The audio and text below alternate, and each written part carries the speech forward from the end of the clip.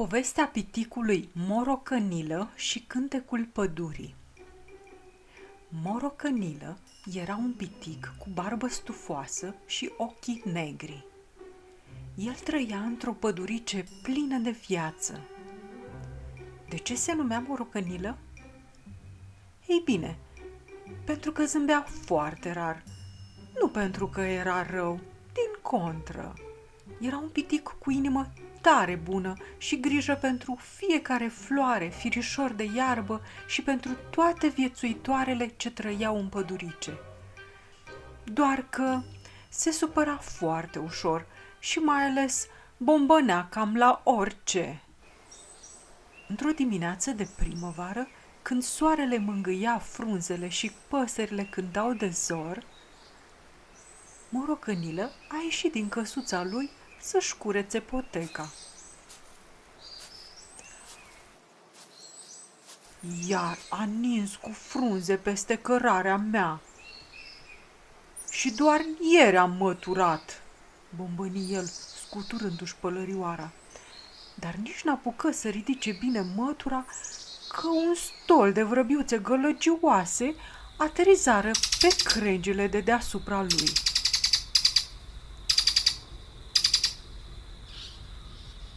Hai să cântăm împreună, îi spuseră ele, sărind din creangă în creangă.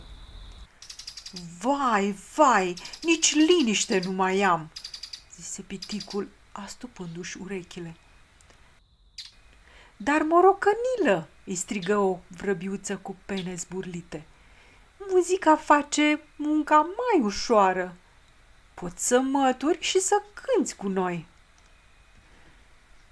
Eu cânt doar în gând, zise piticul morocănos și plecă mai departe.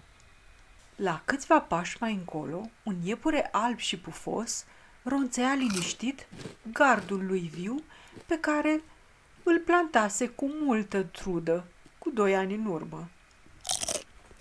Hei, urechiatule, nu e bufet liber aici. Ți-ai făcut rezervare la gardul meu de tuia? Zise Morocănilă supărat. Iepurele ridică urechile lungi și mestecă tacticos. Ei, dar sunt așa fragede frunzele, cum să nu gust? Și între noi, fie vorba, sunt mai bune decât morcovii tăi.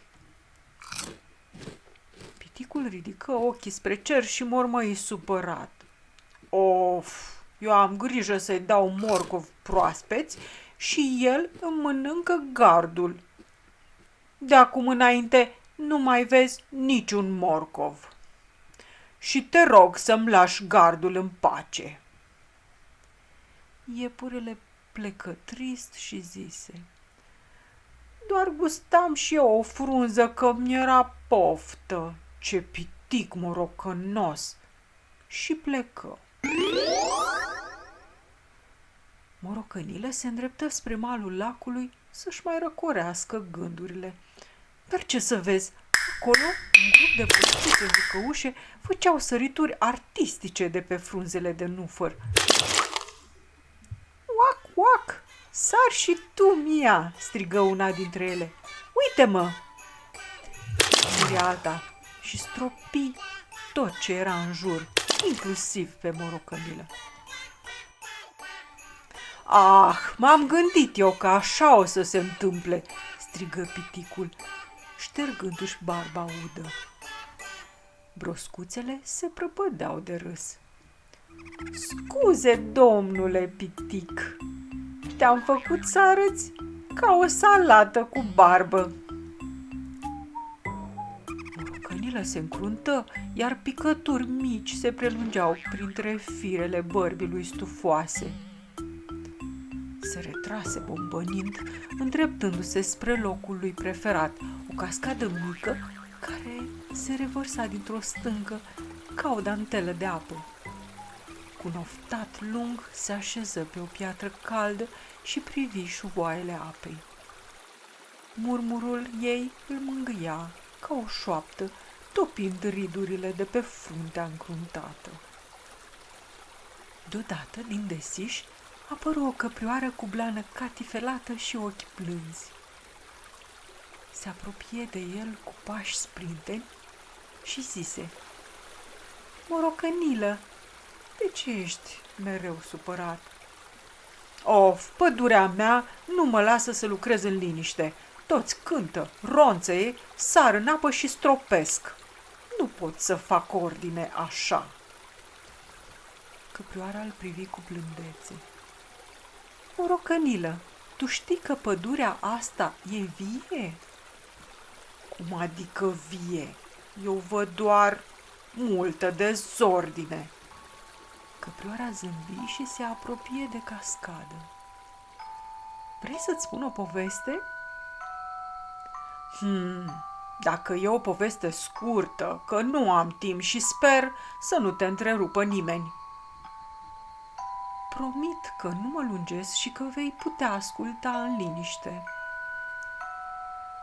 De mult, pe când pădurea abia prindea viață din mlădițe tinere, trăia în aceste locuri un băiat care rostea vorbele în șoaptă și se ferea de orice sunet puternic, dorindu-și mereu să fie înconjurat de liniște absolută.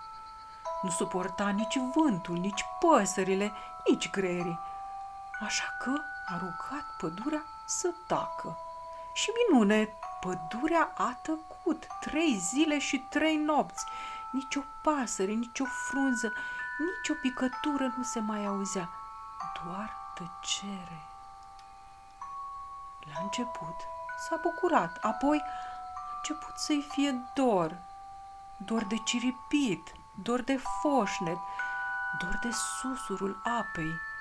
A înțeles în cele din urmă că pădurea nu era gălăgioasă, era vie și cântecul ei era darul cel mai de preț.